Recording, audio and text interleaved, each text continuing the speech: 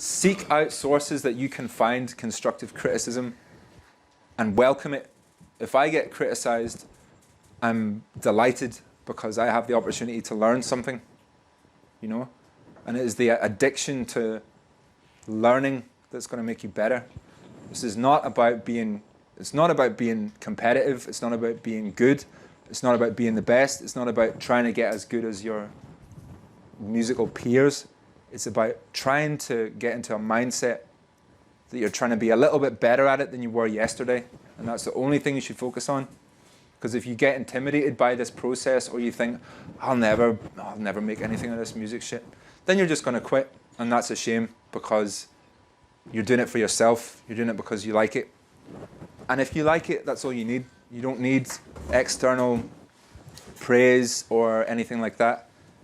You do it because you're addicted to learning. You do it because you want to be ever so slightly better than you were a week ago or whatever. That's why music's fun and rewarding, because it's a personal thing. And you do it because you have good taste and you want to recreate that, and you want to turn everything that you've ever heard into your own thing. That's why music's fun. But don't be disheartened by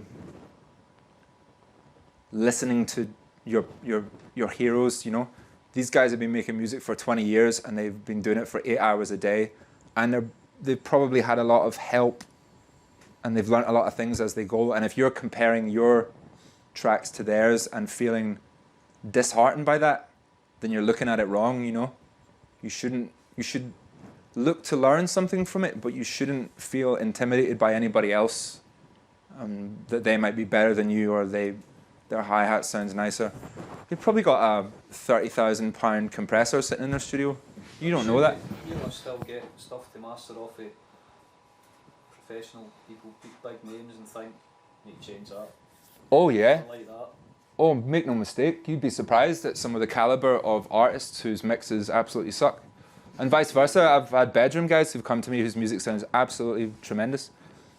And I mean, sometimes I'll work with older guys like who have been in the music industry and they're now in their 50s and so on. And they've been in clubs for the past 30 years and they're deaf. And their mixes, you can tell. And it's okay to not have perfect hearing. The challenge is to create a very good understanding of your own hearing. I've got the same pair of ears as anybody else here, and my hearing is not better than anybody else's. In fact, I've spent a lot of time in clubs too. You know, my ears aren't anything different than anybody else's, you know, but I've spent more time trying to understand what my ears are telling me and trying to create some sort of strong bond between my room, my ears, and my speakers, and try and always question everything with an open mind, you know, with your hearing.